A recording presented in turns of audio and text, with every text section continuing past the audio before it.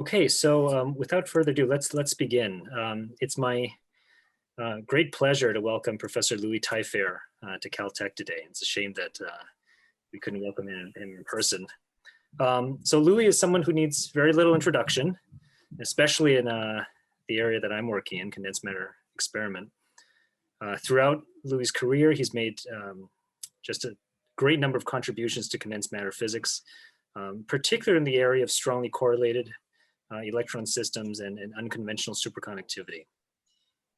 So a bit of Louis' bio, he got his bachelor's degree from McGill University in 1982. Then he moved across the pond to the University of Cambridge to pursue a PhD under the mentorship of Gil Lonzerich. At that point, he was heavily involved in experiments on unconventional superconductivity and heavy fermion materials, and did some beautiful work on this famous uranium-platinum-3 compound back when he was in Cambridge. After a few more years in Europe, he returned to Canada to begin his professorial career. And for over 2 decades, up until recently, he was the director of quantum materials program at CFAR, the Canadian Institute for Advanced Research. And he now holds the Canada Research Chair in Quantum Materials at the University of Sherbrooke. So during his time as a faculty member, Louis and his team have made a plethora of very fascinating discoveries in different families of unusual superconductors, including the organics, heavy fermions, pnictides, and probably the most vexing of them all, the cuprate high TC superconductors. And for all his contributions, Louis has been recognized with a number of awards, including the Simon Memorial Prize in 2017 and the Heike Kamerlin Onus Prize in 2018. So today, Louis will give us a glimpse into dark phases of quantum matter that his team has recently uncovered in the cuprates. So Louis, please go ahead. Thank you very much, David, for the kind words and the kind invitation. It's indeed a shame that I could not be present there. I've never been to Caltech, so I look forward to a rain check. So let me share my screen.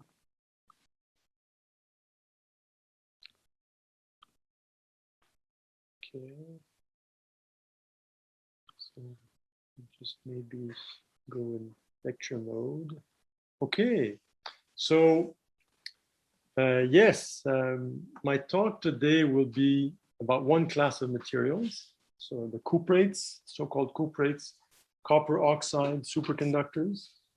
But before I begin, let me just acknowledge my team at Sherbrooke, team of students, postdocs, research associates, who really do all the work.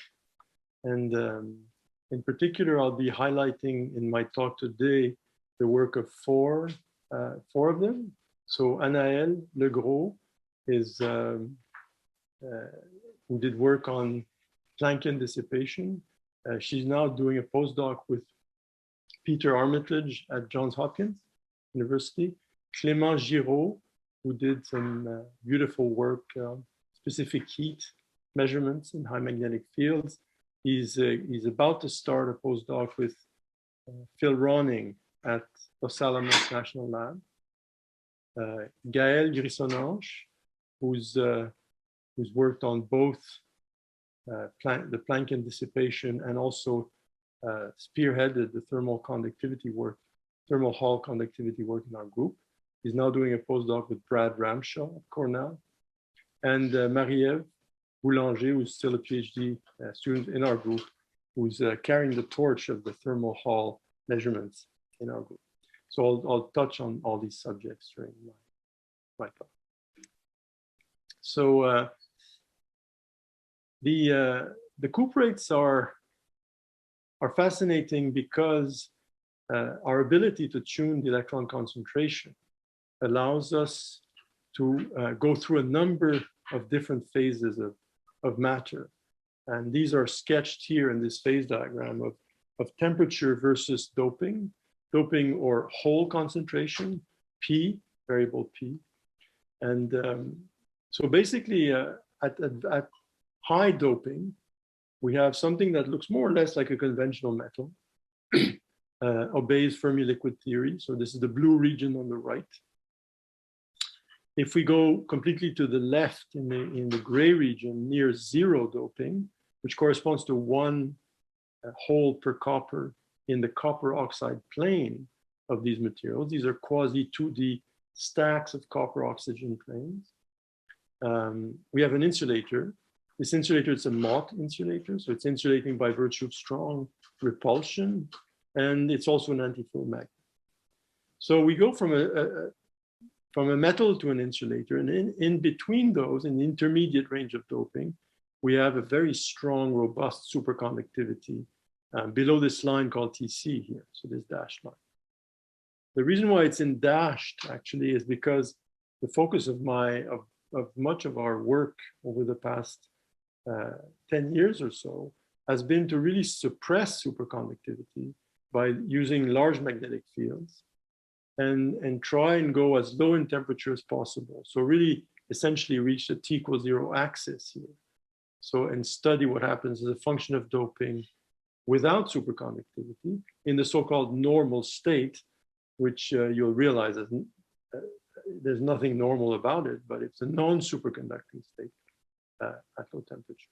So in my talk today, I will not talk about superconductivity. I won't talk about this phase of charge density wave order, which was the subject of intense study by our group and other groups recently. But I'll really focus on this gray, pale gray region called the pseudo-gap phase, PG here.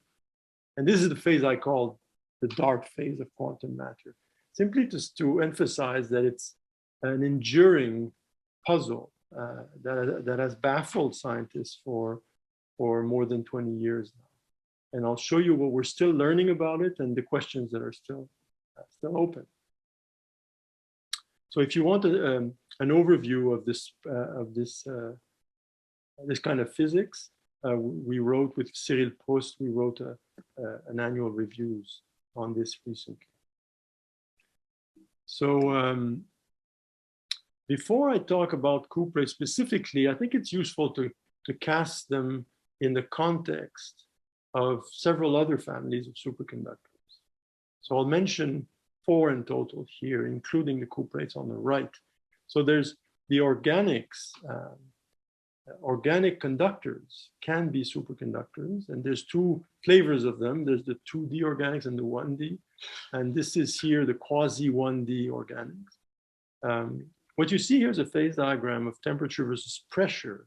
These are soft materials, and you can actually change their properties by applying modest pressures, and you find that you go from an antiferromagnetic phase, it's called SDW, spin density wave, that you can suppress by a critical pressure of about 10 kilobar.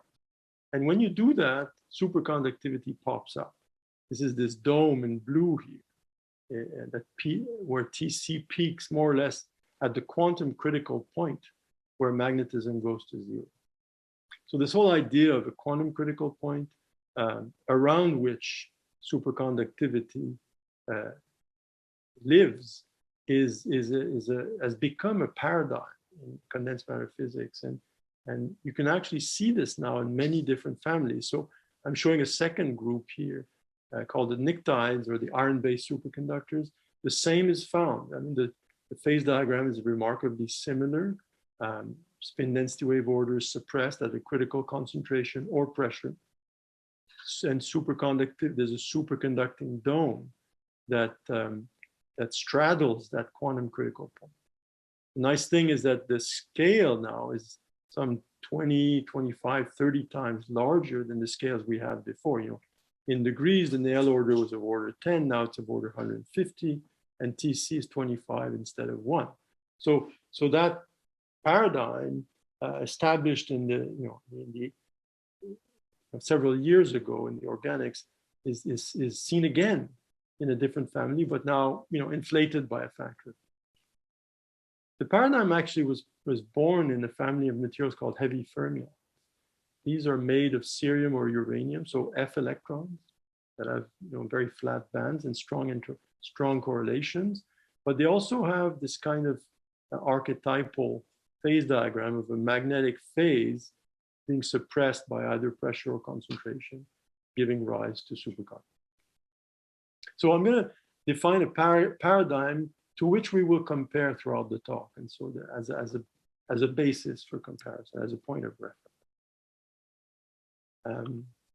This paradigm was, I think, really made clear. It really sort of emerged as a paradigm through the work of Gil Lanzarich, who was my supervisor when I was at Cambridge. And Gil was able to, had a lot of, had a very strong intuition, and was able to show by picking certain materials that if you applied pressure to an antiferromagnet, a metallic antiferromagnet, this led to the appearance of superconductivity around the quantum critical point. So this kind of idea really was brought forward by Gil's work. There's a nice article in Nature you might want to read about Gil and his work and this paradigm that he gave birth to. The idea here that Gil put forward was that if you go to such a quantum critical point, then the fluctuations of that phase, so the spin fluctuations, are able to generate a pairing.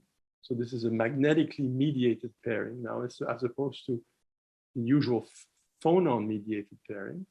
So it's a new kind of pairing for superconductivity around the critical point. Okay, so so of course one question is whether in the cuprates the same kind of pairing mechanism is at play. So this is the cartoon of the paradigm. So we have magnetic order coming to zero as a function of some tuning parameter, concentration or pressure, for example. There's a superconducting dome around the QCP, quantum critical point. There's a quantum critical region above that point, but outside of superconductivity and outside of magnetic order, right here. And when you go sufficiently far away from the critical point, you recover a normal method. Okay, so that would be our scenario, our basic scenario. Let me take you through 3 examples of different facets of that paradigm or scenario. So let me start with cerium copper 6. This is a heavy fermion made of cerium. It's not actually magnetic when in its pure form, but Hilbert von Loenhuizen and colleagues have shown that if you change the concentration, if you add some gold instead of copper, you induce an antiferromagnetic phase. This is a plot of TNAL versus concentration. So there's a quantum critical point here at x equals 0.1. And if you go to that point, 2 things appear. You observe 2 things. First, in the specific heat, you see that your specific heat goes from being a saturated value for C over T. So this would be the typical large gamma, Sommerfeld gamma of a heavy fermion, now to something that never saturates, so that goes as a log. It's a log plot. So C over T goes as log 1 over T or minus log of T at the critical doping. So that's one signature, thermodynamic signature. Another signature is that the resistivity becomes perfectly linear in temperature. And this is down to very, very low temperature, down to millikelvin. So these are 2 of the archetypal signatures of this antiferromagnetic quantum critical point. So rho proportional to T right here above that critical point, and C over T goes as log 1. Okay. Let's take another example now from the organics I mentioned. So these are stacks of large organic molecules, and along the stack there's good conduction.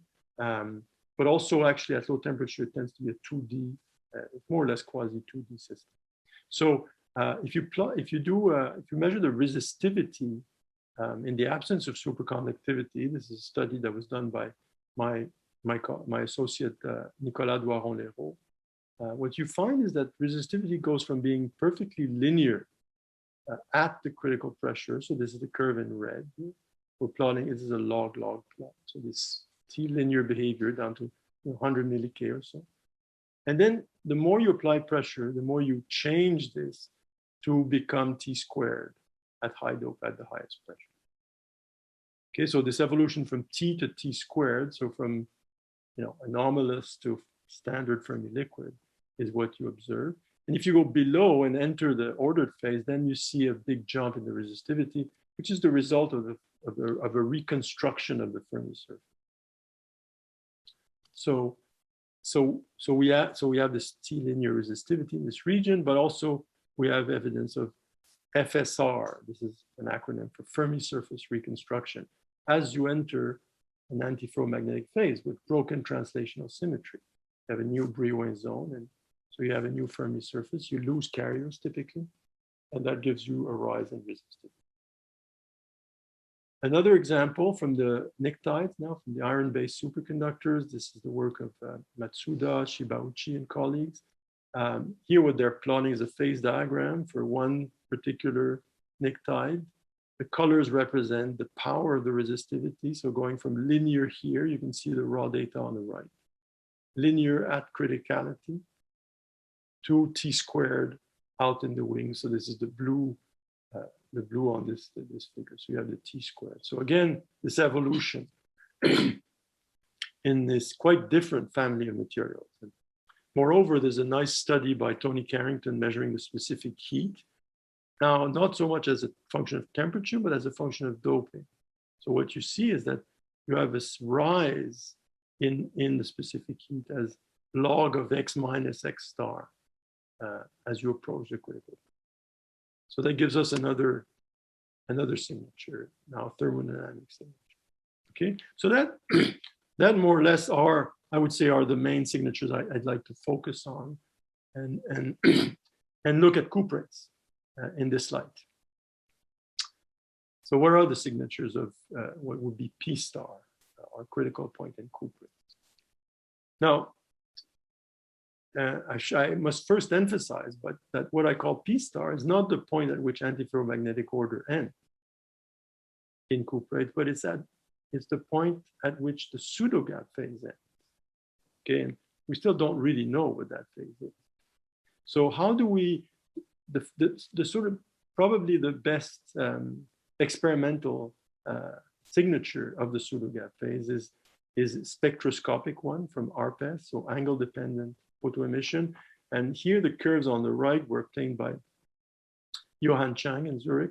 On this material, I'll be focusing on throughout most of the talk, in fact. So NDLSCO. So it's a one cuprate material with a relatively low TC, which makes it easier for us to suppress superconductivity with a field, magnetic. So Johann measured, using ARPES, measured, as a function of angle, as a function of frequency in the antinodal region. So this is a particular direction of K-space. He looked at the spectral density and found a gap or pseudo gap at dopings of 12, 15, and 20. So you see this gap here, partial gap here at 12, 15, and 20, but then no gap at 24. Okay, so this says that the pseudogap phase ends between 20 and 20.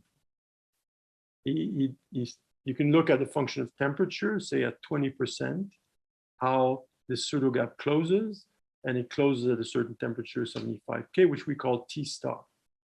T star is the pseudogap temperature, and that's the square here on this phase diagram. So we're using transport measurements of various kinds to study the pseudogap phase. So first thing we could look at is the resistivity. So if you do the resistivity, if you measure resistivity in the same material at the same kind of dopings, here's what you see. So I'm showing just two curves here. First, if you go to 24, this is the doping where there is no pseudogap, you see a nice T-linear resistivity, so featureless. The fact that it's T-linear, of course, is of deep interest, and we'll get back to that. But if you lower the doping below 24, and you say at 22, for example, or 20, you find that you have a pronounced upturn in the resistivity. So obviously something's changing in your Fermi surface. And the temperature below which that happens, say it's a gradual thing, but it's roughly 50 K or so. So this is this point here. So you can do this kind of, you can define an upturn in the resistivity through these points, and they agree very well with the ARPES. So we have a good good understanding of where the boundary of the pseudogap phase is, and in particular, where this critical doping P star at 23%. Okay, so so we already see two of the signatures, at least evidence of these two things. So T linear resistivity above the critical point, and this evidence of Fermi surface reconstruction in the upturn of the resistivity. So let's look more into these signatures. And to start with, let's look at the thermodynamic signatures by measurements of the specific heat. This work was done in collaboration between our group and the group of Thierry Klein and Christophe Marcenat at the High Field Lab in Grenoble. And these two students, Bastien Michon and Clément Giraud, were co-supervised students. So they did their PhD with both groups. And so, so this work was published in 2019, and here's the basic results that they obtained. As a function of doping, the electronic contribution to the specific heat that they extract at very low temperatures, so by going to 0.5 Kelvin, of course, in the presence of a high field to suppress superconductivity, so there's no superconductivity here, has this enormous peak right at P star, 23%. And the dip here is actually associated with the charge order, which we won't discuss in this talk. But there's this large peak, almost like a divergence at the critical point. If you sit at this point here, 24%, you find that you have a log T behavior in this. So this is the electronic specific heat as a function of temperature, semi-log plot. If you're far away from the peak, say you sit out here, then you get just a constant, like a Fermi liquid, if you like. But as you approach the peak, and if you're at the maximum, you see this log T behavior. Okay, so we do have something that looks almost like the archetypal antiferromagnetic quantum critical point. It really looks like this paradigm that we've identified through other families of materials. Okay, let's now look on the other side. Let's look at the other evidence of Fermi surface reconstruction. What can we find? Can we find out more about how the Fermi surface is transformed? So one measurement we did, this is in collaboration with Cyril Proust in Toulouse at the High Field Lab using their 90 Tesla pulsed magnet, is a measurement of the Hall coefficient in another cuprate. This is YBCO. This is a cuprate with a higher TC and therefore a higher critical field. So that's why we needed more field to do these measurements. And this is the raw data, Hall coefficient versus field, up to 80 Tesla. And you see for different doping. So what's very clear is that as you lower the doping from 20% to 16% doping, there's a dramatic rise in the Hall coefficient in the normal state. Of course, this is superconductivity, and you have to kill superconductivity to reach the normal state value. So you can invert that by plotting the Hall number, which is just 1 over the Hall coefficient. And the Hall number is related to the carrier density, especially in a single band system. So here's that's what I'm plotting here. The Hall number defined per copper. So you have 1 hole per copper, 1.5 hole per copper. So what you see is that as a function of doping, we go from 1 plus P holes at high doping to P holes at low doping.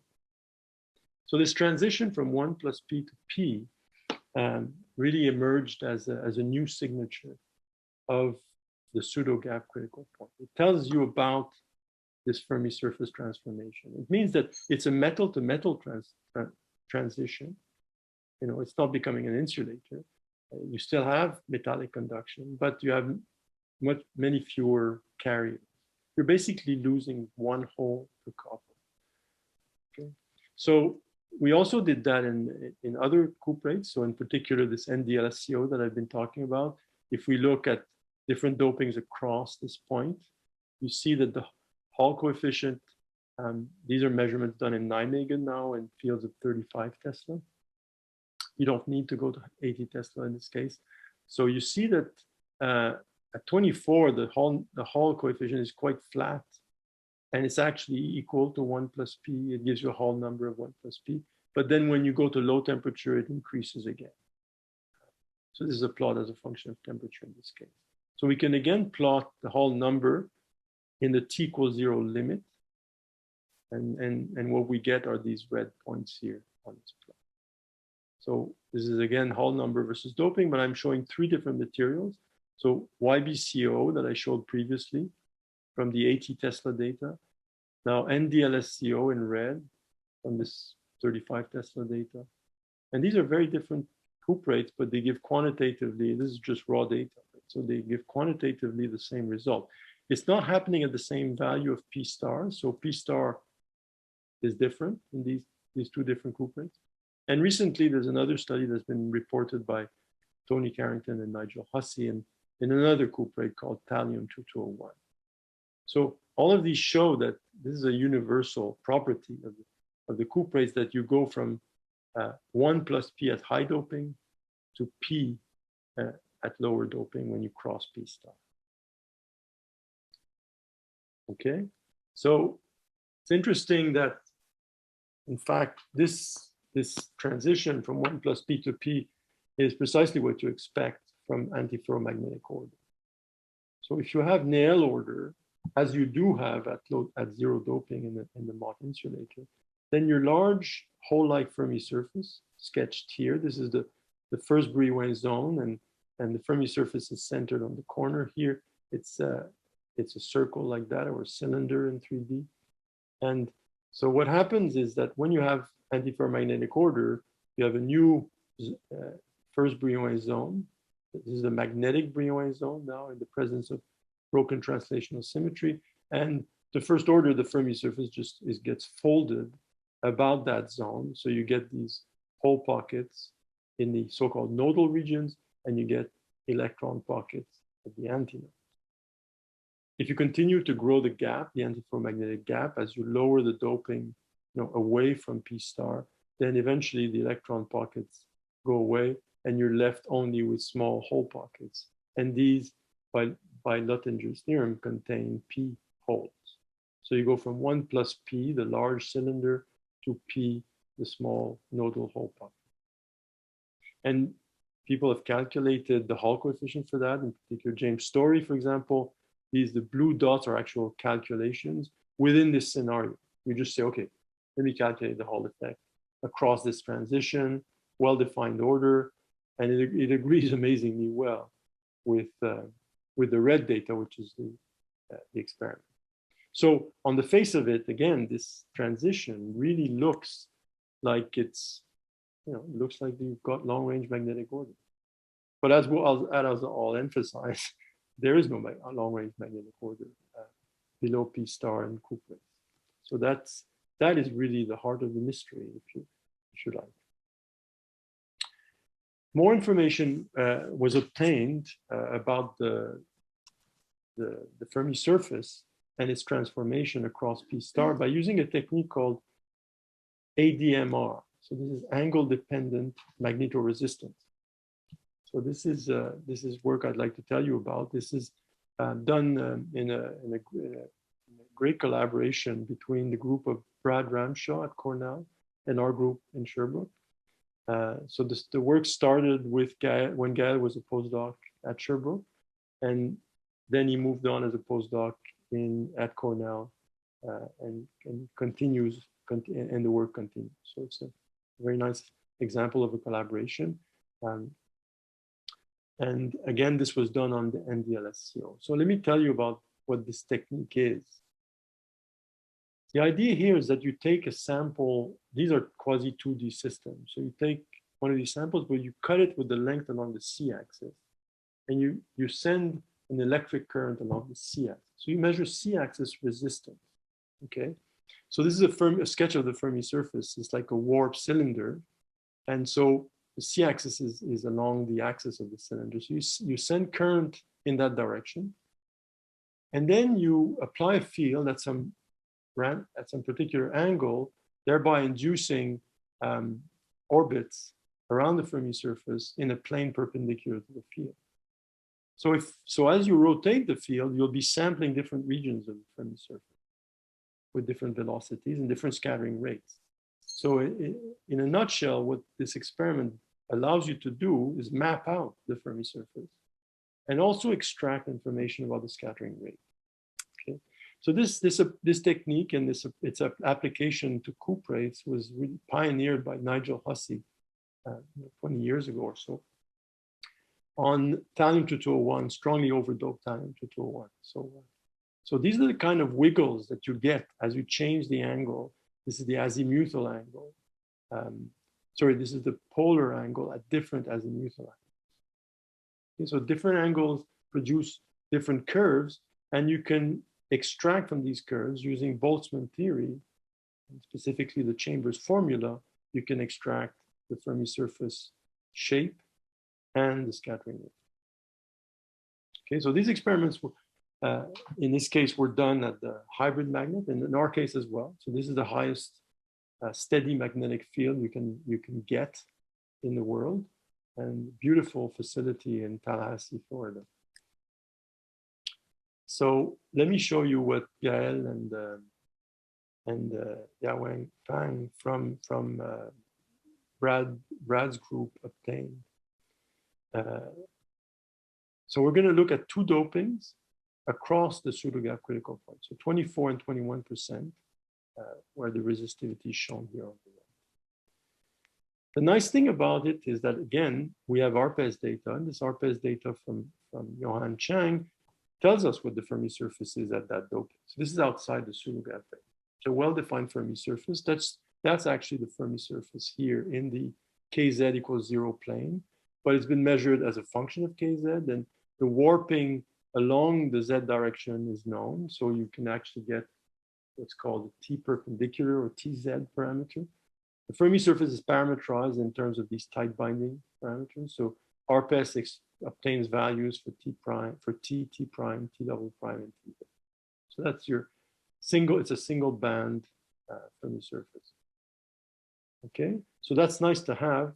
We'll be able to compare to that.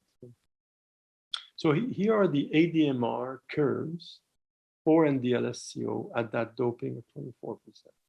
So this is, again, it's done in a fixed field of 45 Tesla.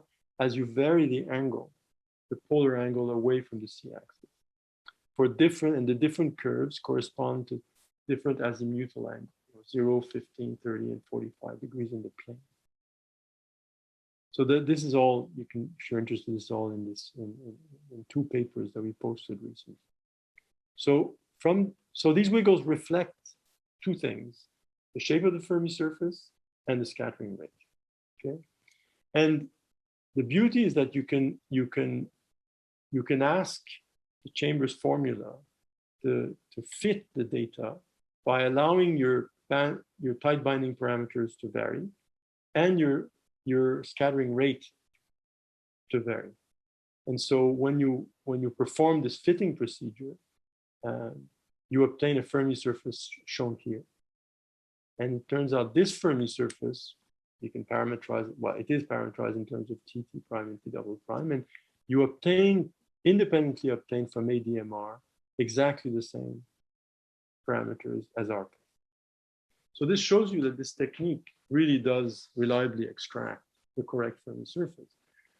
But it also contains scattering rate information. We'll come back to that later on.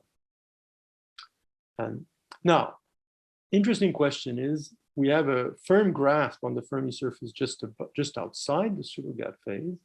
Basically, we know it agrees very well with RPES, and it has these characteristic ADMR wiggles. What do we see as we go inside the pseudogap? What you see is a complete change of these wiggles. So not only they don't rise positively as you increase angle, they decrease, and then they peak here instead of having a minimum, and the azimuthal angle dependence is different. So all of these differences clearly tell you that the Fermi surface has changed dramatically.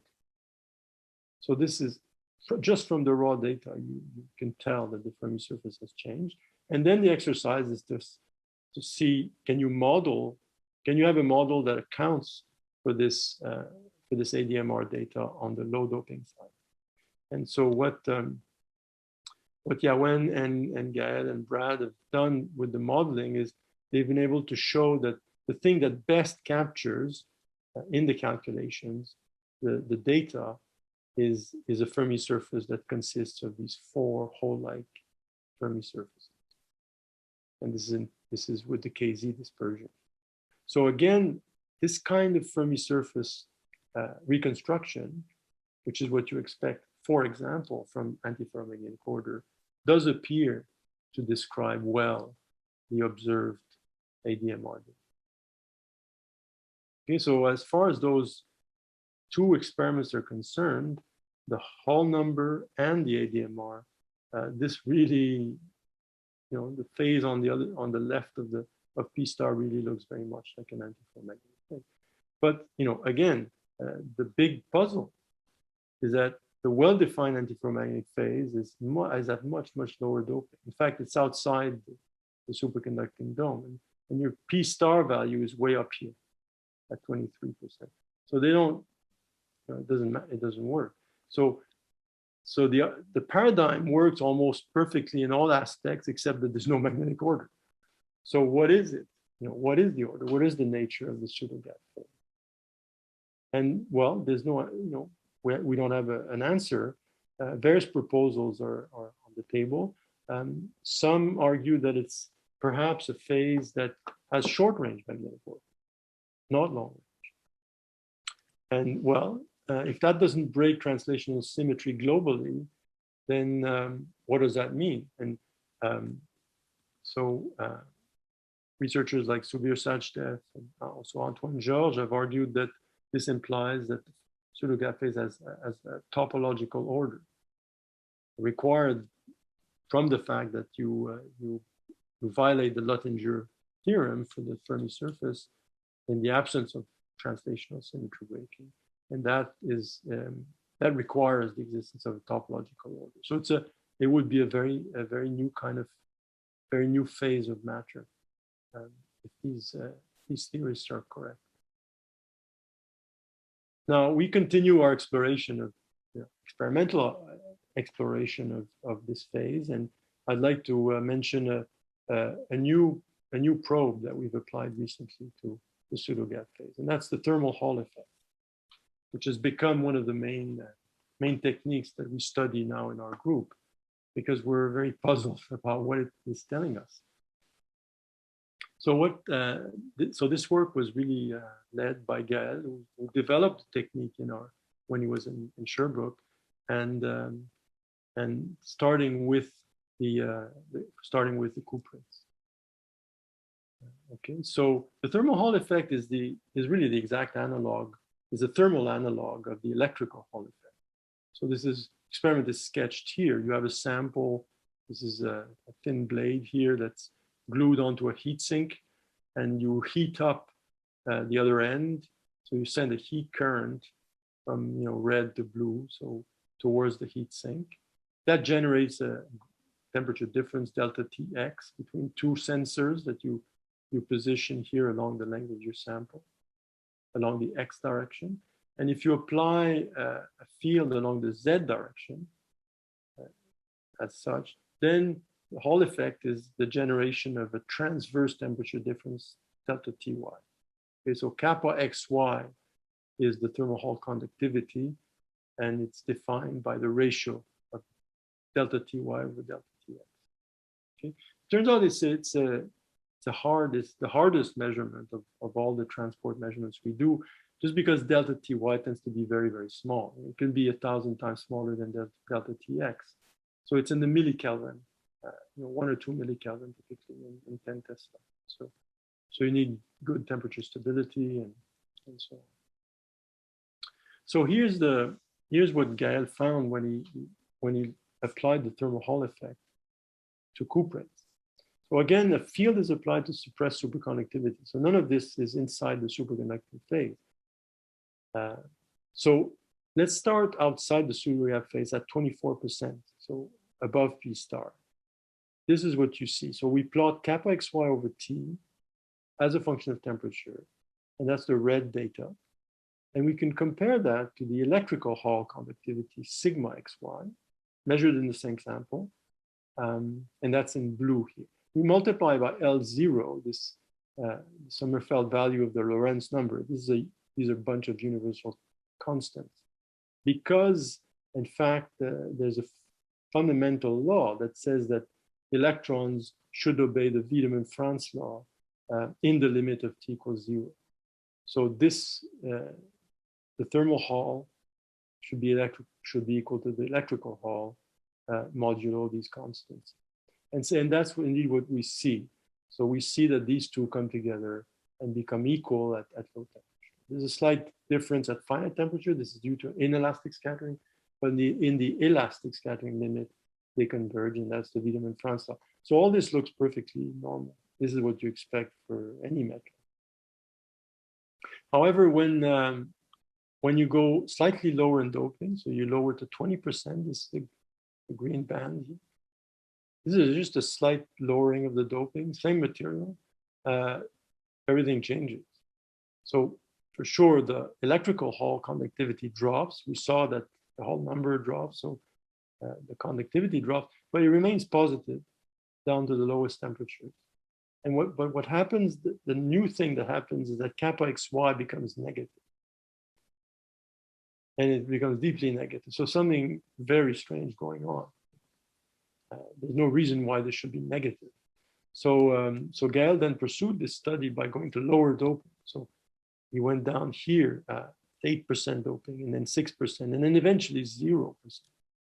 And this is what he found. So at 8%, now the electrical conductivity is very bad because these are almost insulating, so it's almost 0, but the thermal Hall conductivity remains large and negative.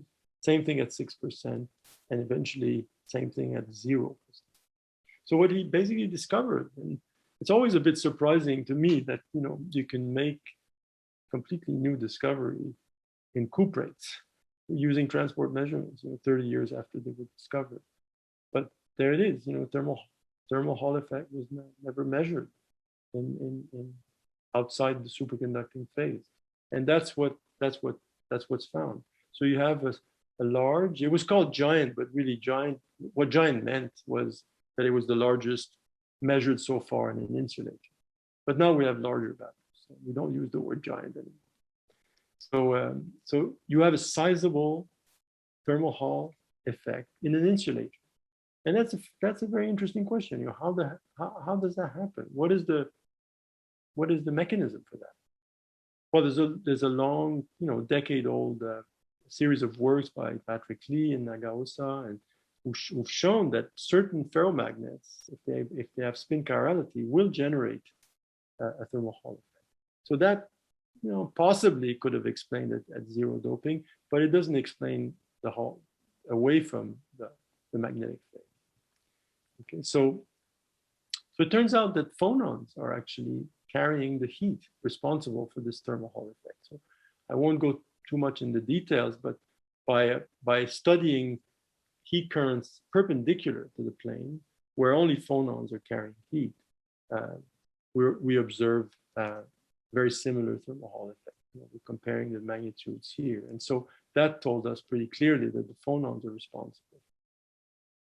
So the nice thing is that if you now go back again, up above P star, and you measure along the C direction, sure enough, the phonons can have absolutely 0 thermal Hall, as they must, because we saw that the electrons satisfy the Wiedemann-Franz law. So if they satisfy the Wiedemann-Franz law, it means that nothing else is contributing to the thermal transport, and the phonons indeed don't. However, again, if you lower below P star, then you see the appearance of this negative thermal Hall signal along the C direction, therefore phononic signal.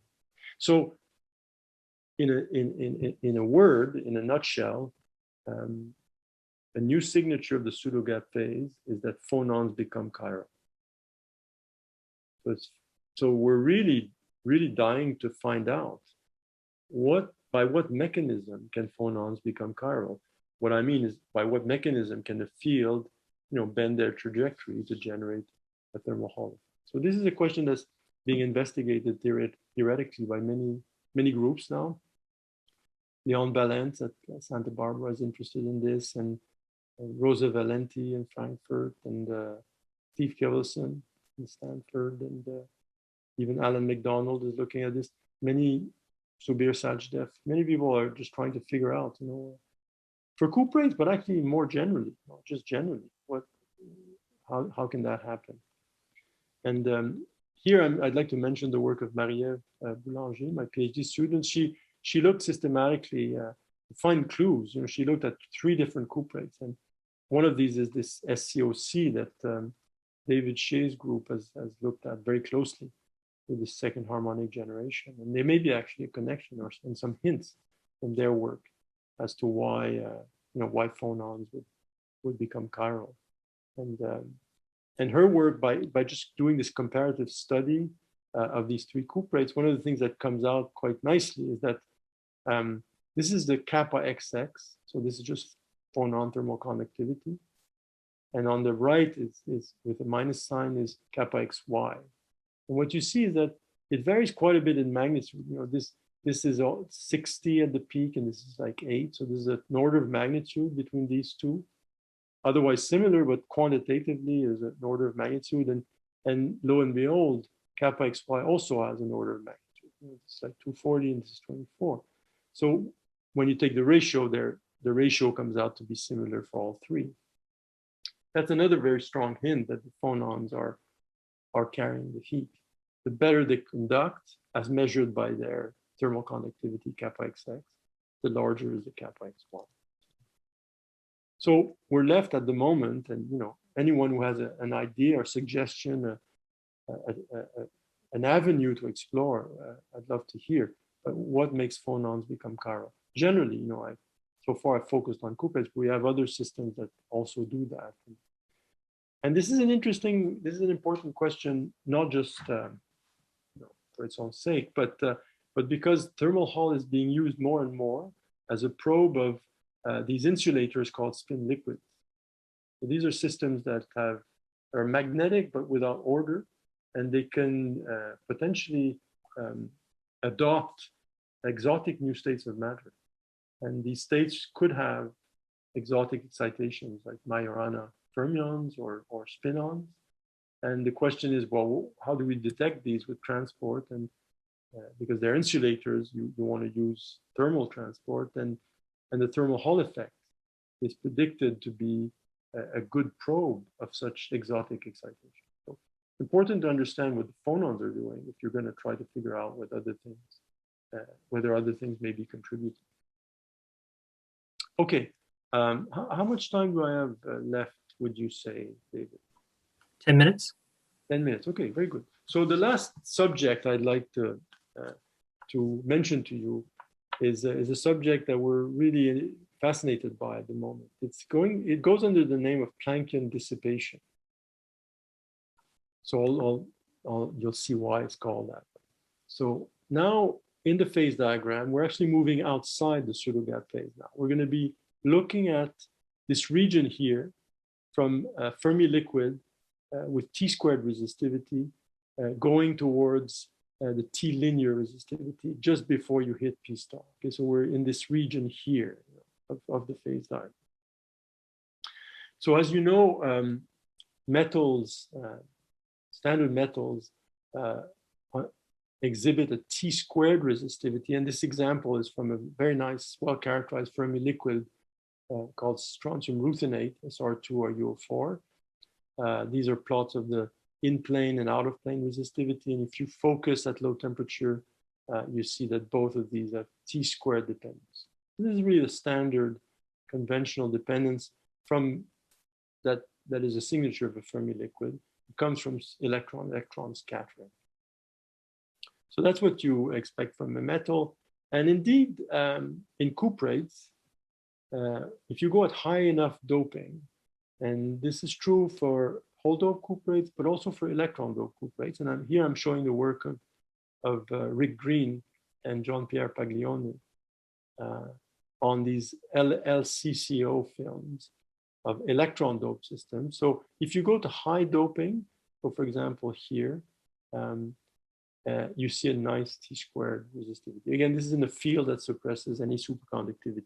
There's none at high enough doping, but if you go to 15%, you have superconductivity, but you can easily kill superconductivity in the electron doped cuprates. And you see this beautiful T-linear resistivity, all the way down to very, very low temperature. So this is the phenomenology we'd like to understand. And how do you go from T squared to T, and what's the physics of T-linear resistivity? I've said probably for 15 years, when I meet young theorists, are looking for an interesting and important problem, I point them to T-linear resistivity. I think it's one of those beautiful experimental observations that just has no explanation, theoretical explanation, but it smacks of something fundamental that we should be able to figure out. So this is data for electron doped systems, and this is data for hole doped systems. Very nice study by Nigel Hsieh and Cyril Prost using high fields on LSCO. So this is like ND-LSCO, but without the neodymium, and the TC is a little bit higher. So you need higher fields. So this was done in pulse field. And what's plotted here actually is that on the phase diagram, temperature versus doping is the power of the resistivity.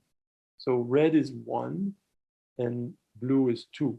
So you go from T linear here to T quadratic. So the actual data is shown on the right. So you have this T linear resistivity. Unfortunately, I got the color coding wrong here, but you got T linear resistivity when you're at 23 here, below 50K or so. And you've got T squared when you're at 33 up at the highest dose. Okay. So we're going to be looking at ND-LSCO again for this particular question of T linear resistivity. So that's the data that you get by applying fields of 33 tests. And the T linear resistivity is true both in plane and out of plane. So you can get it in both directions.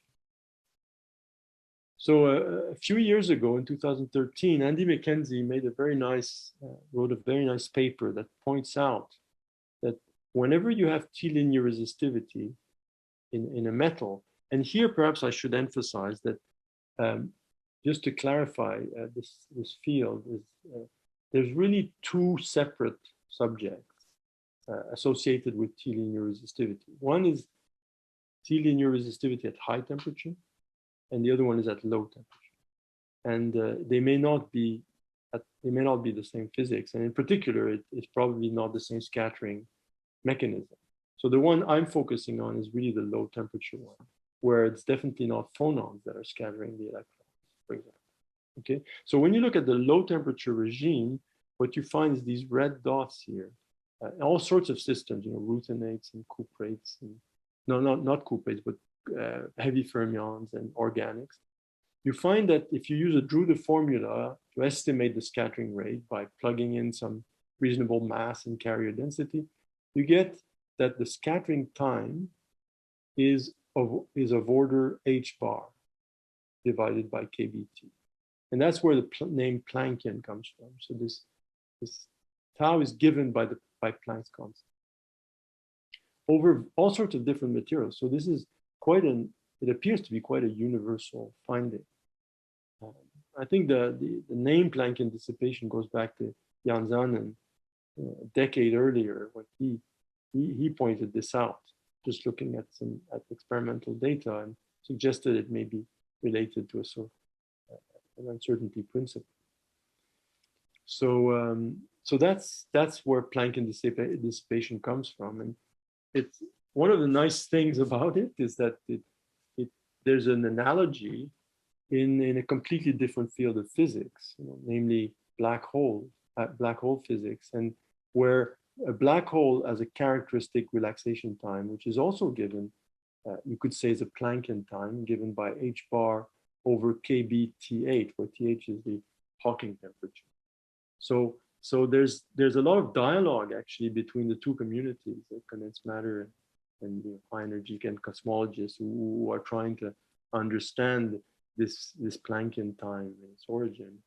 And one of the models that is used by both communities is the so-called Hsieh model being applied to this. So it's a fun thing that this is a subject approach from very different angles. So the work that we did on this recently was led by Anaël Legros, who performed high field measurements with Cyril Post in Toulouse. And so this came out in this Nature Physics paper a couple of years ago. So without going too much in the details, she basically wanted to confirm that this T-linear resistivity we're seeing in a few cuprates is actually a generic thing by going to a very different cuprate, this bismuth 2212. So it's a high TC, it's bilayer, it's a very different kind of material, and it definitely does also have this T-linear behavior if you sit just above the critical point for the pseudograph phase. And then with Anaël, we made this analysis of the slope. So we then started to look at, well, can we extract a scattering rate for the slopes in cuprates, like Andy McKenzie did for heavy fermions and ruthenites, and so that's what's done here. So collecting all the existing data on T-linear resistivity at low temperature, whether in electron dope systems or hole dope systems, we found that yes, indeed, the slope, which we call A1 here, the slope of the resistivity is in agreement within error bars with a scattering time, a Plankton scattering time in both families. And nice thing was that we were able to explain, therefore, the factor 5 between these slopes. So the T-linear resistivity is 5 times less steep in the electron dope. The scale is 6 here and it's 30 here. So, and that actually comes right out of the mass. The mass is roughly 5 times smaller in the electron dope. So we do have this Planckian result, and so for cuprates. So if you're interested in reading about this, there's a nice Quantum Magazine article on this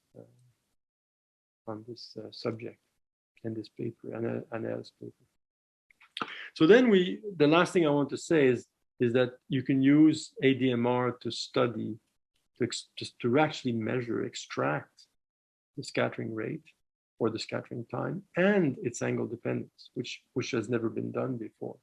And this is, again, this nice collaboration, within the quantum materials program of the Canadian Institute for Advanced Research. I just wanted to mention that this program, which has existed for 25 years, has really helped bridge collaborations across the globe on various topics, and in particular on the subject of Plankton dissipation. It's been very effective. So this is, again, a work in collaboration with Brad Ramshaw at Cornell, and this is the paper on the Plankton scattering rate. So we use this ADMR technique, and now instead of looking at what happens as you cross into the pseudograph phase, we're going to be looking at what happens as you move away from P star. Our data will be on this T-linear resistivity material, comparing to Nigel Hussey's earlier data on thallium-212. Okay, so we know the Fermi surface very well, so that's confirmed by ARPES, so we can reliably extract the scattering rate. And that's a polar plot of the scattering, or no, not polar, azimuthal plot of the scattering, as a function of angle in the plane. So the way that the fitting of the ADMR data was done was just by saying, allow for an isotropic scattering rate plus an anisotropic scattering. And so we're in red here is the value of the isotropic scattering rate. So it's just a circle as a function of angle, and that's how the anisotropic scattering rate looks. And it's much, much larger in the antinodal directions compared to the nodal direction. Now, the interesting thing is the temperature dependence of this. So so Gael and Yawen took data, and Brad took data as a function of temperature in Tallahassee. And so as you cool down, the signal actually gets bigger and bigger. You get cut off at high angles because of the superconductivity, but you can then go away and fit all this data essentially perfectly. And then you thereby extract the scattering rate and its temperature dependence. And what you see here is that the anisotropic scattering rate is constant in temperature. So that's what you get from impurity scattering. So the anisotropic scattering rate is only due to the impurity scattering. However, the isotropic part is the part that's giving you the temperature dependence, in particular the linear temperature dependence. So what this experiment basically uncovered was that there is indeed a T-linear scattering rate. Its slope is consistent with Planckian, meaning that it's of order 1. I mean, there's nothing sacred about 1.0, but it turns out to be 1.4 plus or minus. And interestingly, it's isotropic. Okay, so that's the new finding and it was very unexpected because we knew that scattering rates in cuprates were very anisotropic, but it turns out that anisotropic, that the scattering rate, inelastic scattering rate, responsible for this Planckian T-linear scattering is isotropic. And this is in contrast, for example, with the data at higher doping in the thallium-2201. So see if we compare these two dopings here. As you move away from perfect T-linear behavior, you move away towards T-squared. T-squared, you find T-squared at 33%. This is sort of in between here. And indeed, it's T plus T-squared is the temperature dependence. Well, its angle dependent scattering rate is very strongly anisotropic. So in other words, we would like to conclude that Plankton dissipation has the property that it's the same for all directions of electron motion. Another way to say it is that typically inelastic scattering, say from antiferromagnetic fluctuations, would give you hotspots. It would be particularly strong in certain directions. That's what you see here. It's strongest in the antinodal directions in thallium-2201.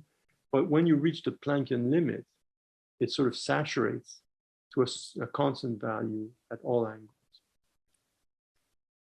Okay, so of course, many questions arise in this field, but we continue to work on this. And one of the questions is, what is the energy dependence? So you need probes that are sensitive to energy dependence, optical studies, for example, or maybe Seebeck measurements, which are sensitive to the energy dependence.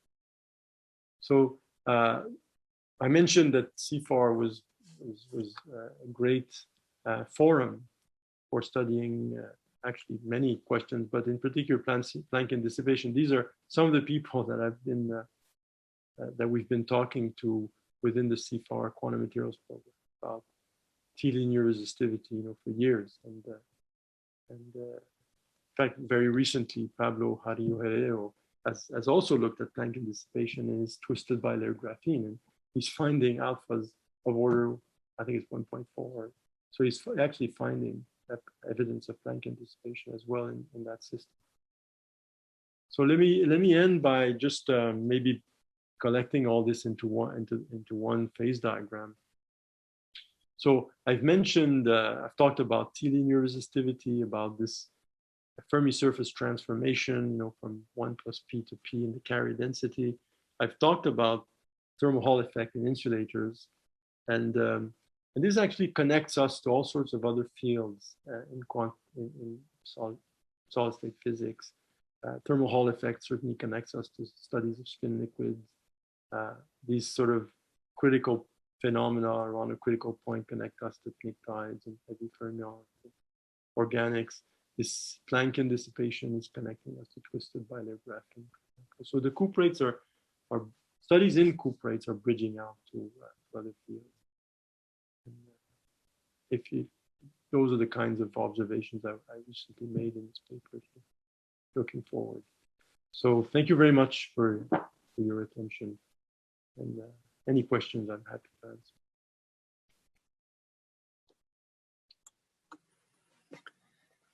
Great. Thank you, Louis, for this very thought-provoking talk. So let's open up to questions. Kobe, do you see any? Not yet. So yeah, just raise your virtual hand if you have a question and we will unmute you.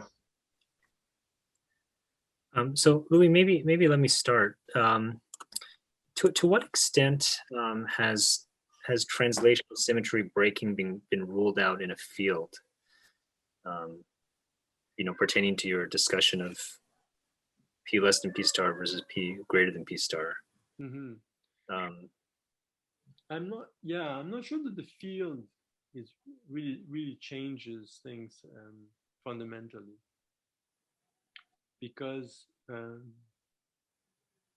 all the evidence that we see of the pseudogap phase in this material NDLSCO, they begin above TC. So you see them even in zero field, like the upturn in the resistivity or the change in the Hall coefficient, and even the thermal Hall.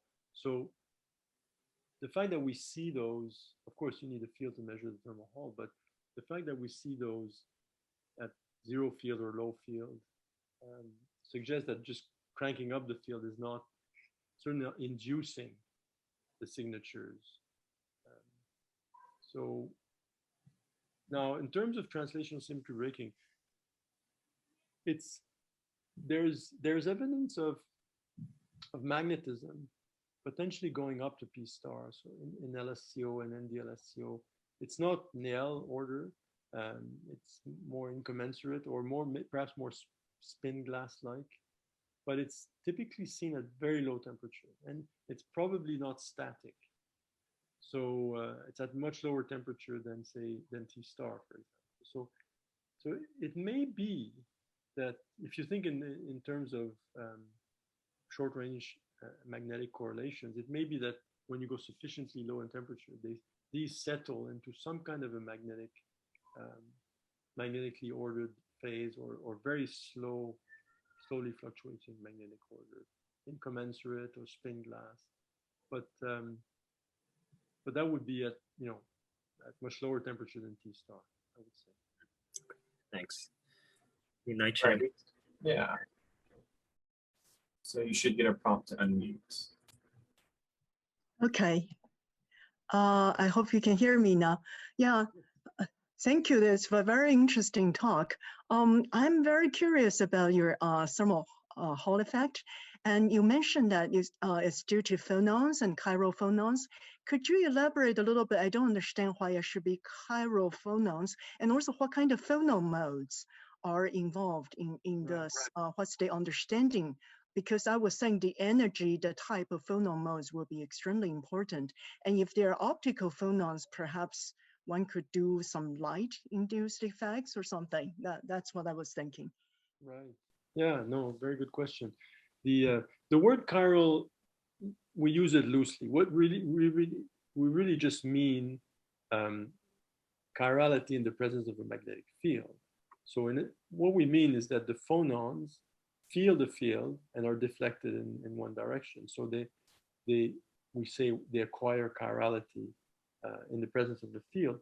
So, but it's just these are words. I mean, we're not saying that it's a chiral phase in zero field. So the phonons, what makes the phonons bend in the magnetic field is really the question. And there are mechanisms for this that have been explored. The first observation, the first report of a thermal Hall, a phonon thermal Hall effect, goes back to 2005. It was in a insulating garnet and with terbium. And the theoretical explanation at the time was skew scattering of phonons off those terbium impurities. So it was attributed to super stoichiometric terbium. So terbium impurities in this garnet, but the effect was very small, and but it's a well-defined mechanism. But it can't apply to all it can't apply necessarily to all the materials where we see a thermal Hall effect. And I don't think it applies to cuprates. And the main reason is, this disappears when you get out of the pseudograph phase. So it's still the same material. So it's not obvious. It doesn't seem to be relatable to a particular atom or ion or impurity in the material in our case. Now, your question was about which phonons, but because we're doing this at, we really going down to low temperatures, you see big effect even at 10 Kelvin. I would say that it has to be acoustic phonons that are involved. So yeah, by what form of coupling can acoustic phonons become sensitive to a magnetic field and produce a thermal Hall? Well, acoustic phonons should then couple well, probably to electronic degrees of freedom, and therefore, when you have magnetic fields, and then so maybe the chiral matters through electron-phonon interaction, because your electrons are sensitive to the presence of magnetic field. Yeah. And then this electron-phonon acoustic coupling should be coupling pretty well, I think. So that's what I was suspecting, but I wasn't sure the energy scale, because if it's optical phonons, then there are fun things you can do by shining light. But if it's acoustic phonons, then maybe, well, you can play with strain, right? Yeah. No, it's definitely acoustic phonons. Yeah, I mean, electron phonon coupling is one route to consider. In this case, this is seen in insulators, so it's not electron phonon coupling in the sense of a metal, for example. But another avenue that few theorists are considering is spin lattice coupling. So that, even in an insulator, it can a coupling to spin, not necessarily to magnetic order, but to just a spin lattice coupling, can that generate a phonon thermal Hall effect of this magnitude? That's one of the avenues that's being pursued. True, that's very true. If it's in the more insulating limit, maybe spin is a better candidate than electrons. Yeah, interesting. But so there's no consensus theoretical views. No, not at all. Oh. Yeah. I think all scenarios should be looked at carefully and considered. It's amazing. It's amazing you're still finding new phenomena in the cuprates. Yeah, no, it is remarkable. Right. Thank you. Thank you very much.